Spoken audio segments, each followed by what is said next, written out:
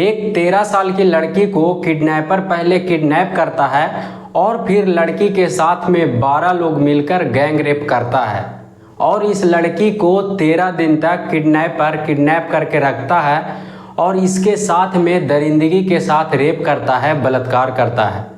उसके बाद में यह लड़की को इस तरह से दर्दनाक मौत देने का सोचता है जिसके सुनने के बाद आपका होश उड़ जाएगा। अब यह लड़की को पहले सीने में 1 गोली और पीठ में 1 गोली मारता है और फिर इस लड़की को एक 30 फीट गहरा कुएं में फेंक देता है। अब आप सोच रहे होंगे कि यह लड़की का मौत हो गया होगा और किडनैपर को जेल हो गया होगा, लेकिन यहाँ पर बिल्कुल उल्टा हो जाता है।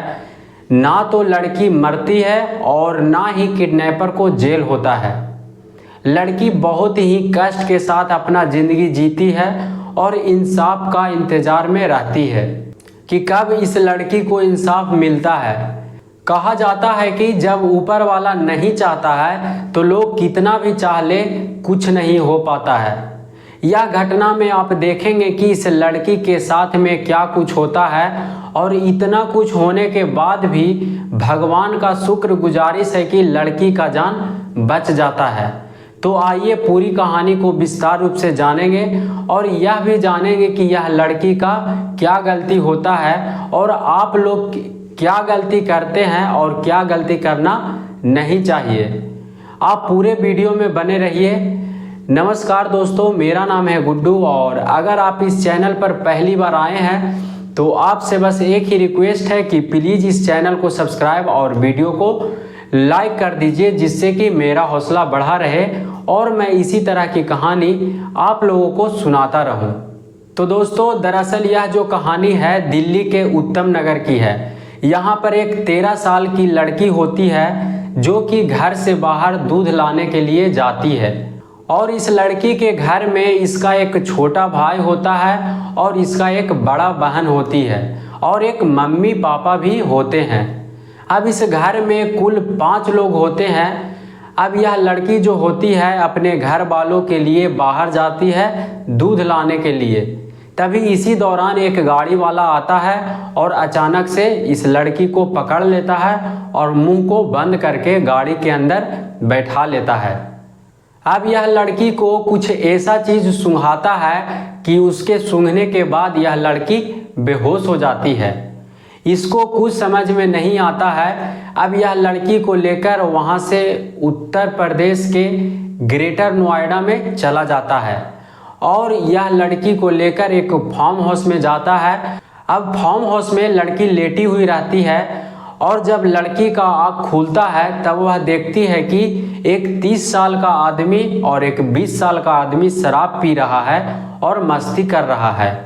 लेकिन वह लोग जो होते हैं इस लड़की के होश में आने का इंतज़ार करते हैं और अपना पार्टी एंजॉय करते हैं।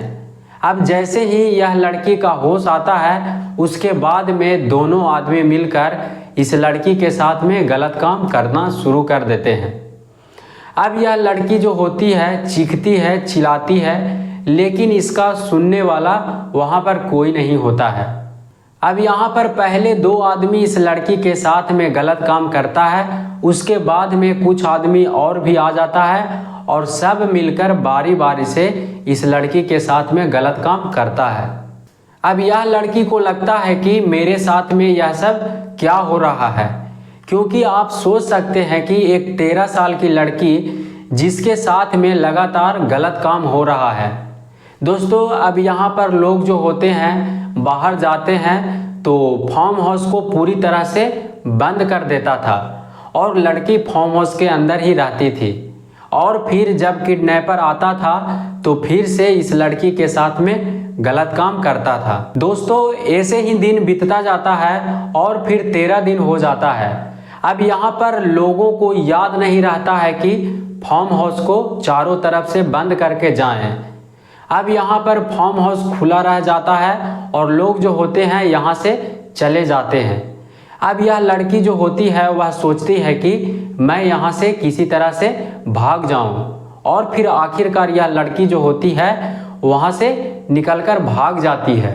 अब कुछ समय के बाद जब वहां पर किडनैपर आता है और देखता है कि लड़की गायब है, तब फिर गाड़ी लेकर यह लड़की को खोजने लगता है, तलाश करने लगता है। अब यह लड़की को फिर से किडनैपर जो होता है पकड़ लेता है और पहले पीठ पर एक गोली मारता है और फिर सीने में एक गोली मारता है। अब किडनैपर को ऐसा लग रहा था कि यह लड़की अगर भागकर अपने घर चली जाएगी और यह सब बात बता देगी तो हम लोग फंस जाएंगे। अब यहाँ पर लड़की को 2 गोली मार कर लेटा दिया जाता है और फिर इस लड़की को सलेमपुर के एक कुआं में डाल देता है, जिसका की गहराई लगभग 30 फीट होता है। और फिर यहाँ से किडनैपर जो होता है फरार हो जाता है। लेकिन अगले दिन ही इस कुएं के बगल में एक बच्चा खेलता रहता है, तब उसको कुएं से आवाज़ सुनाई पड़ता है।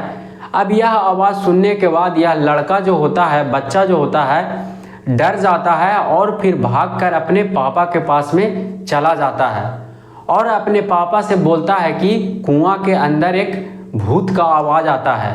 अब यह बात सुनने के बाद बच्चा का पिता जो होता है वह कुएं में आकर देखता है, तब उसको पता चलता है कि एक छोटी लड़की जो खून से लथपथ है। अब वह दर्द के मारे चिल्ला रही है। इतना देखने के बाद वह आदमी जो होता है अगल बगल के आदमी को जाकर बताता है, बोलता है और फिर लड़की को निकालता है और डॉक्टर के पास में लेकर जाता है। लेकिन उसकी स्थिति ऐसी हो जाती है कि वह कुछ भी बोलने के लायक में नहीं होती है। उसका स्थिति बहुत ही दयनीय होता है। तब डॉक्टर जो होता है इलाज करने में लग जाता है। अब यह बात को लेकर लोगों में एक माहौल बन जाता है कि आखिर किसने इस लड़की के साथ में ऐसा काम किया है। अब यहाँ पर लड़की जो होती है वह कुछ भी नहीं बताती है, क्योंकि उसका हालत बहुत ही गंभीर होता है। तभी वहाँ के लोग जो होते हैं नज़दीकी थाने में जाकर शिकायत लिखवाते हैं और पुलिस को बुलाते हैं। उसके बाद में पुलिस जब वहाँ पर आता है तब देखता है कि लड़की का हालत बहुत ही गंभीर है।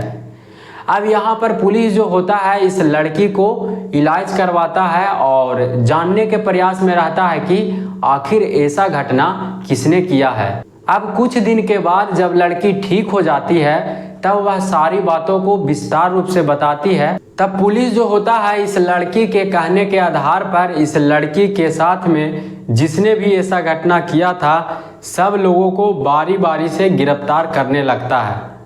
दोस्तों, जब लड़की 5 दिसंबर 2015 को किडनैप होती है तब अगले ही दिन लड़की के घर वाले जो होते हैं 6 दिसंबर 2015 को लापता होने का थाना में शिकायत लिखवाते हैं। लेकिन पुलिस को लड़की 14 दिन के बाद मिलती है। अब यहाँ पर लड़की के किडनैपर को गिरफ्तार करके जेल भेज दिया जाता है। लेकिन खबर के मुताबिक पता चलता है कि 1 साल के बाद सारे जो किडनैपर हैं जेल से छूट जाता है और बाहर आ जाता है।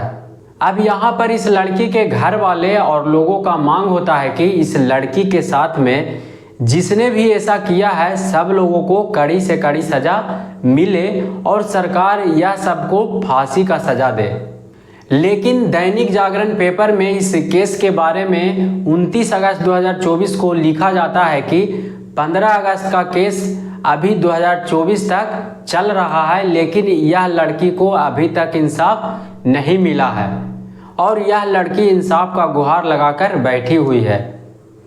इस चीज़ के ऊपर आप सोच सकते हैं कि कैसे एक मिडिल क्लास फैमिली को अमीर के द्वारा दबाया जाता है।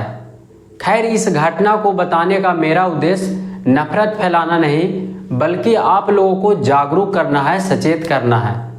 मिलते हैं किसी अगले कहानी के साथ में। यह कहानी आप लोगों को कैसा लगा आप लोग कमेंट में ज़रूर लिखिएगा। धन्यवाद।